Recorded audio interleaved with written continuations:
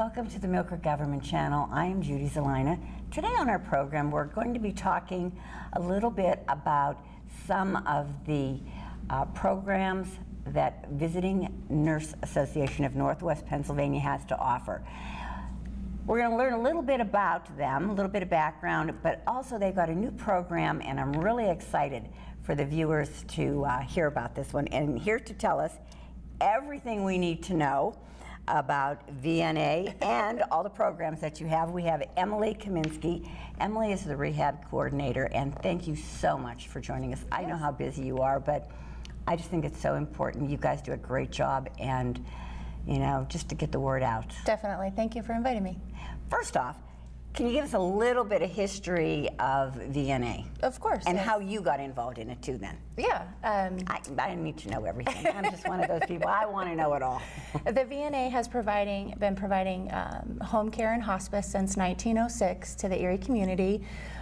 We have a lot of programs, including our skilled nursing, our therapies. We have a hospice program, a palliative care program, and a wound and ostomy program by a certified WOCN. So we have a lot to offer to the community as far as home care, care in the home. Skilled nursing, what is, I've heard that so many times. Mm-hmm. What actually does that entail?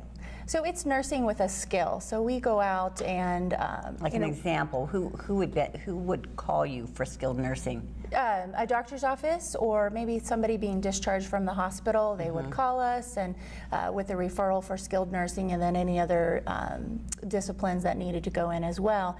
Recovering from just generalized weakness or surgery, maybe they had a knee surgery or a hip surgery. We would go in and be able to monitor and make sure that that patient was able to be home safely and independently, and of course keep them out of the hospital again. Okay, so basically what you would do in that respect is you would go in, take their blood pressure, get their vitals. Yep. Now, do you report that to their doctor's office? Yes, we have all of our documentation is done daily, and so if there is any change, any concerns, we're definitely going to call the doctor. We work under a doctor's script. So they would get all of the information from us. Oh, okay. Yeah, we're a good connection with them. We're kind of their eyes and their ears in the home. Okay, and you do physical therapy, which of course I'm sure many of our viewers know. Physical therapy is, if you have knee surgery, you gotta keep lifting the knee or the arm or everything. What's occupational therapy? Occupational therapy looks at how safe they are in their home with their daily activities. We're looking at bathing and dressing and toileting, as well as their strength and the range of motion in their upper body, whereas PT is looking at their walking and their transfers in their lower body. Oh, okay. Yeah. All right, that's it. So it's the whole package. Yes. You guys do it all. We do. I know you have great programs, but there is a new one on the horizon that I know I'm kind of excited about, because of course at the Township I do work with many seniors. Yeah. And this is one of their biggest concerns is falling. Yes. And you have a program for that, right? Yes. April of this year we launched our new Ready, Steady, Go fall prevention program, and we are excited to offer this to the community and just really keep the elderly safe in their home. That's what they want. They want to be in their home as long as they can, and we're really working to help that. Now, how do you go about working with people? Is it individually? Yes. Do you work with them one-on-one? Yes, yes. Everything is one-on-one, and it's all individualized. And the program itself is a big multidisciplinary program. So we have a lot of disciplines that go in. Nursing goes in, physical therapy goes in, occupational therapy goes in, and speech if needed for cognition. How would someone go about being able to partake in this program? Would it have to come through a doctor? It would. We run under doctor's orders for home care, so it would have to kind of come through a doctor. Now, you can definitely call the agency, the VNA, and I can assist with that. Calling the doctor and getting that script to be able to come into our program. Now, do you have actually the participants want to do this, or is it more of their caregivers or people around them saying, you might benefit from something like this? Yeah, we've definitely had calls from children. The daughter calls in and says, I'm really concerned about my mom. I want to get her into this program. And you know, we can help to facilitate to get those orders and get things going in the program. And I think a lot of it is education. A lot of people don't know that they really can reduce their risk for falls in the home. And there are different ways too. Yeah. But then, all right, as people get older, we're afraid of falling. Yes. We don't want to fall. But is this program specifically for people who have, someone who has already fallen, or just someone who's starting to get a little bit unsteady and they've got a fear of falling? Yes, definitely appropriate for both of Both those. of them? Yes, yeah. The incidence of falling again within 6 months is 50% after a fall. So we definitely want to tackle that and say, well, why did you fall before? What kind of changes can we make so this doesn't happen again? But also those patients that are afraid of falling, they've curtailed their activities. They're no longer doing things they want to do because of that fear of falling. We want to help there too. And you know what? It is a big fear. Yes. It is really a big fear. And so you would come in and do an in-home assessment is one of the things. Yeah, you can come into the program in 3 different ways. Okay. It can be that direct referral from the physician. So All right. whether we call them, you call them, that's one way. Another way they're able to come into the program is through all of our home care patients that we get. They have a big Medicare Oasis assessment that we do within the home that has a fall risk assessment within it that looks at over 9 different areas that could cause falls, medications, their blood pressure, and if there's that spike that could cause them to be dizzy and fall. We look at if they've fallen before, if they're continent or incontinent, their gait, and we do a quick assessment. It's called a timed up and go, a tug assessment, where they walk, and that gives us a good indicator of their falls. So with all of that, it puts them into a category of low, minimal, no risk, or high risk, and then we're able to assess if they're appropriate for our program. As well as if they weren't assessed initially, but then they fell while we had them in home care, they could definitely come into our program at that point. Okay. Now, you're the fall program, when I say the fall program, I'm not talking that it just happens in the fall. This is for falling. The fall program focuses, I have here, on 6 areas. Yes. One of them is medication management. How do you do that? So the nurses are going in, or the physical therapist, depending on who starts the case and the care, going in looking at the medications. There's so many important things with medication. Are they taking them on time? Are they all organized? We've gone into homes where our patients have a couple medications here in this medication cabinet, maybe a few in the kitchen, a few in the bathroom, and so we talk about how important it is to organize your medications so that you're taking them as prescribed. We're looking at those side effects. How do they work together? A lot of times even physicians don't know what other medications another physician has prescribed, and so we look at those interactions. What kind of interactions do they have that could cause somebody to fall? And you're right. Like some medications, maybe your blood pressure, if it's too much, you're so weak, you become very weak, then you're very susceptible to falling. Then how about something that gives you it makes you dizzy. Lightheadedness. Yes. So many, that is a side effect. So it's being aware of that, and I'm on this medication, I need to use my walker a little bit more, and just being aware that there are those changes in your body. Yeah. So you got medication. Okay, we got that handled. You got that managed. Yes. Physical therapy. Physical therapy. So what is going to be involved? I'm going to tell you something. You're going to tell a senior. We're going to come in and do physical therapy when they haven't had a surgery or anything, mind you. Yeah. Okay. What do you? Yeah. So tell me how painless is this going to be for them? My physical therapists go in and they are setting up a home program for them. We're really concentrating on not only walking, but strengthening and balance. That's the important 3 components that we need. They're looking at their ambulation and if they have an assistive device like a walker and a cane. Is it measured correctly for them? Are they using it correctly?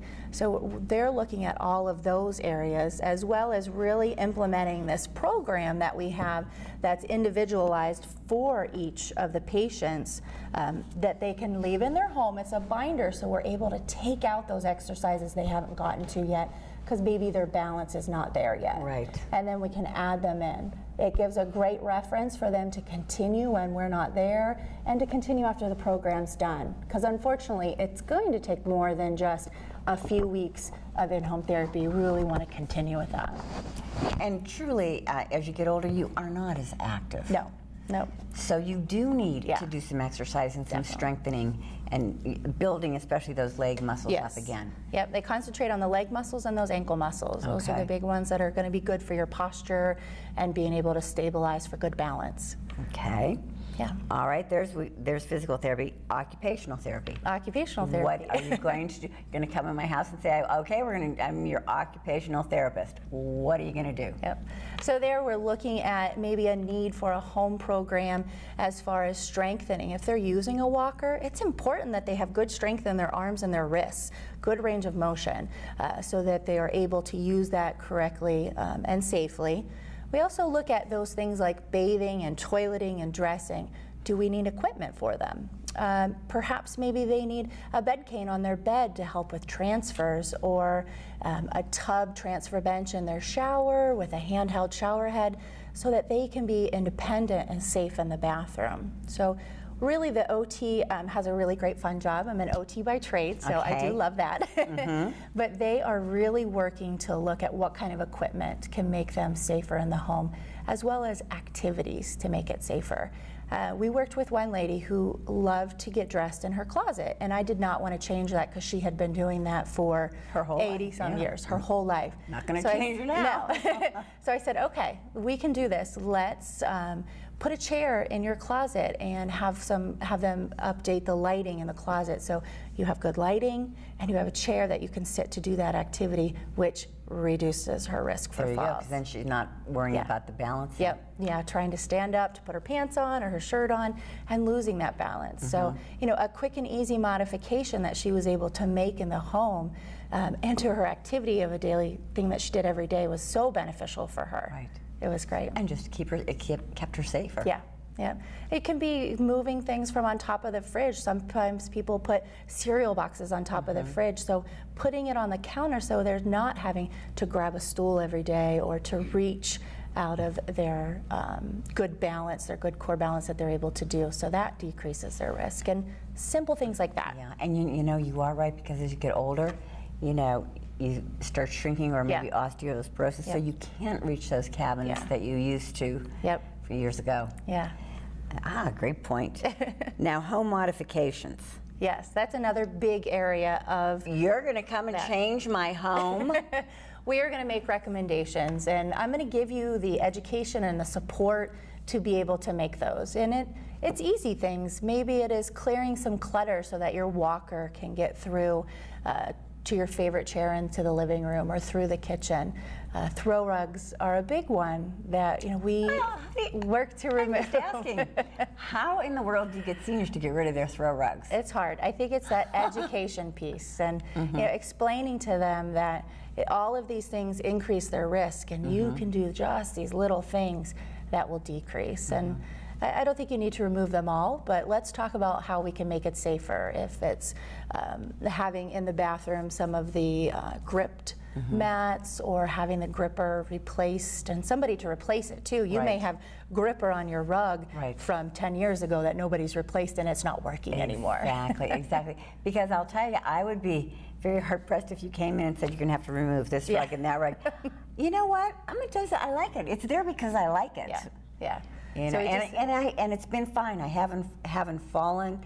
Yeah. I'm safe. I know how to walk on my rugs. Yep.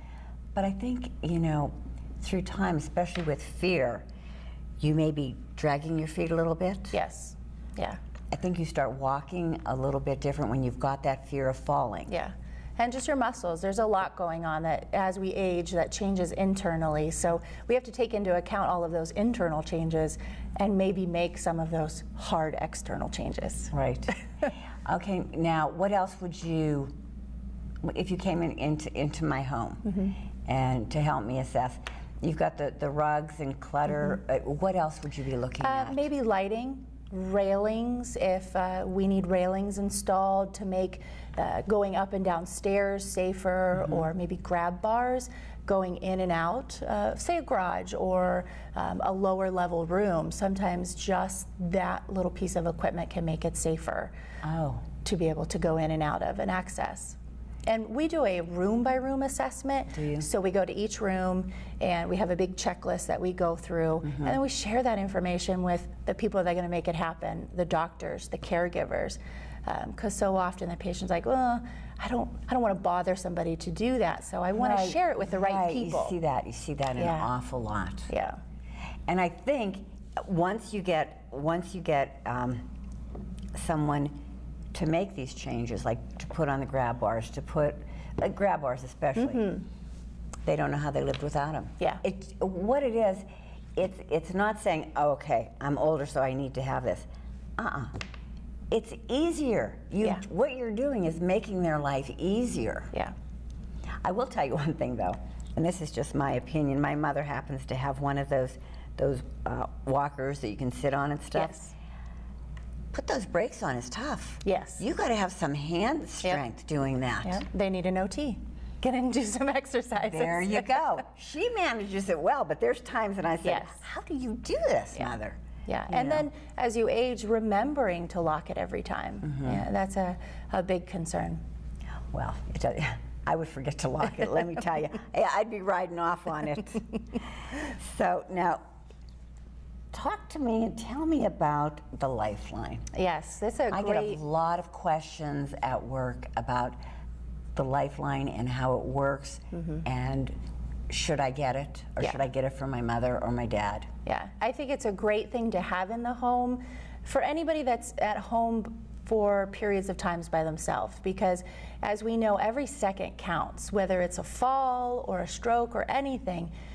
Every second counts to get you to that hospital so that you can get the care you need. So we're really excited to be able to offer 2 months, no charge, of Lifeline services. So what we do is we go into the home, we take the Lifeline. And this is it? This is the basic unit that we put into the home, and it gets plugged in and gets communicated through their phone. So this is what talks to them through Lifeline. And then we also have the button.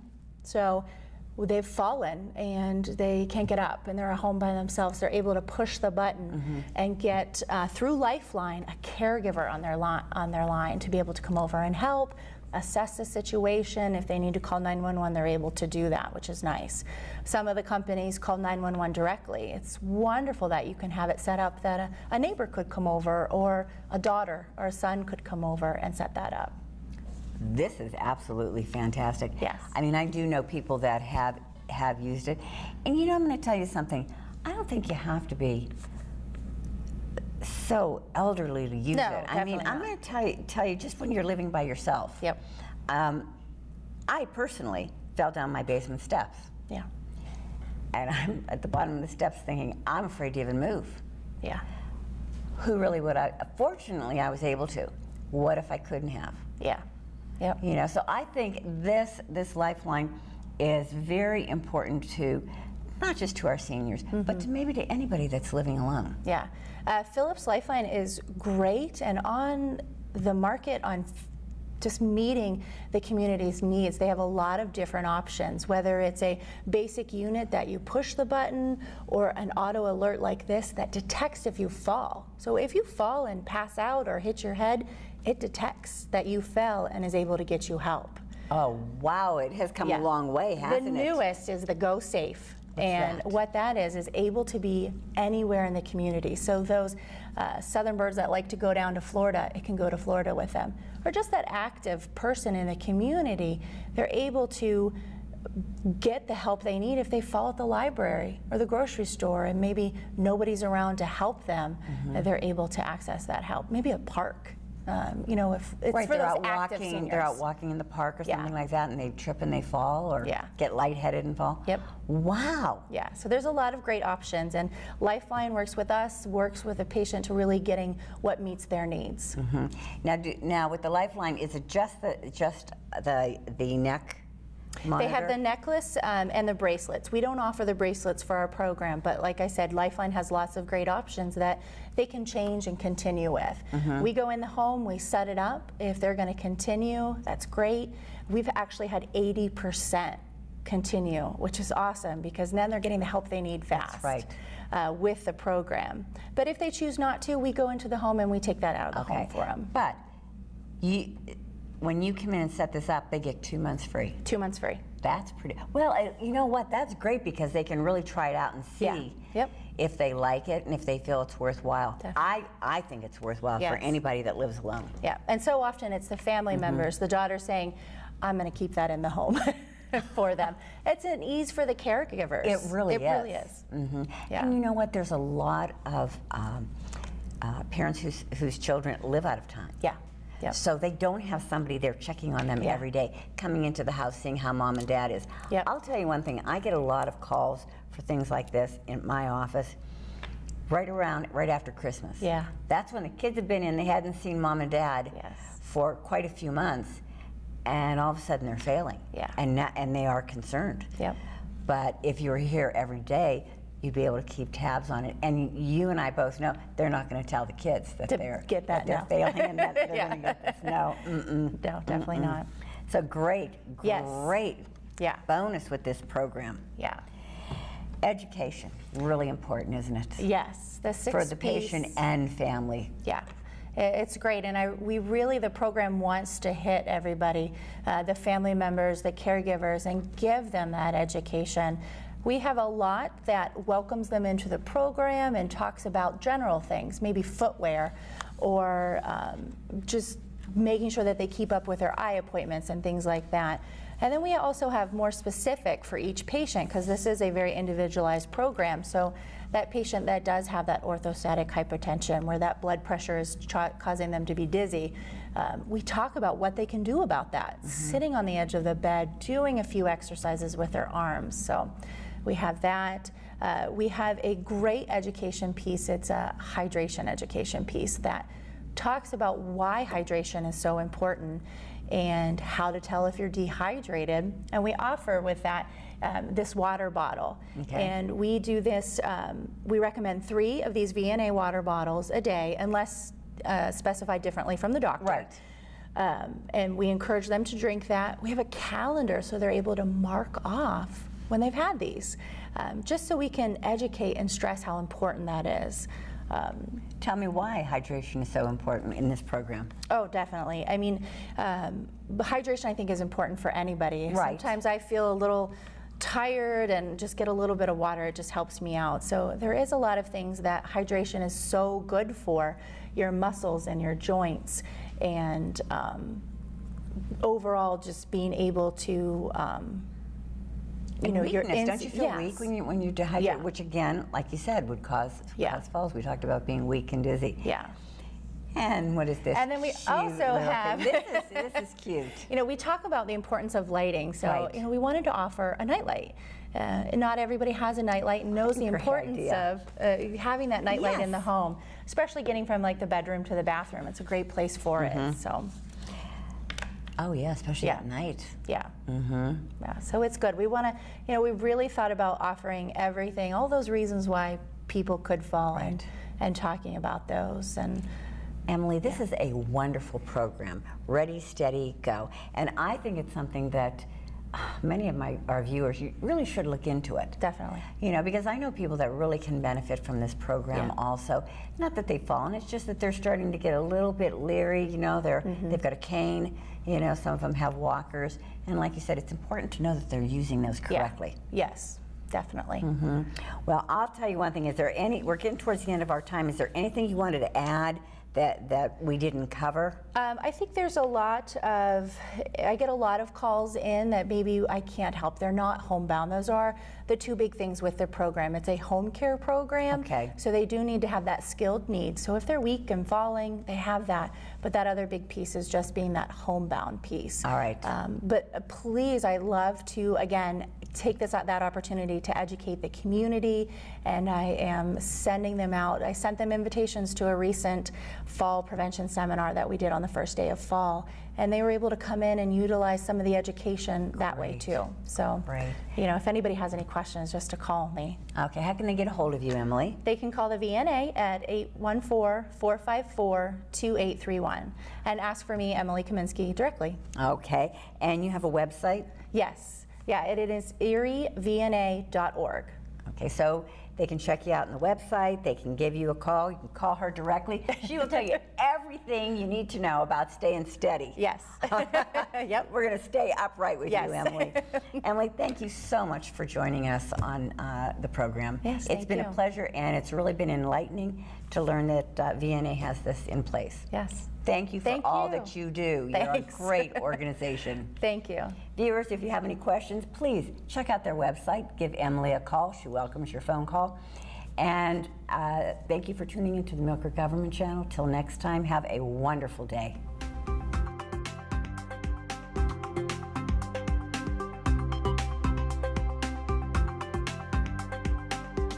You're watching the Millcreek Government Channel, powered by WQLN Public Media.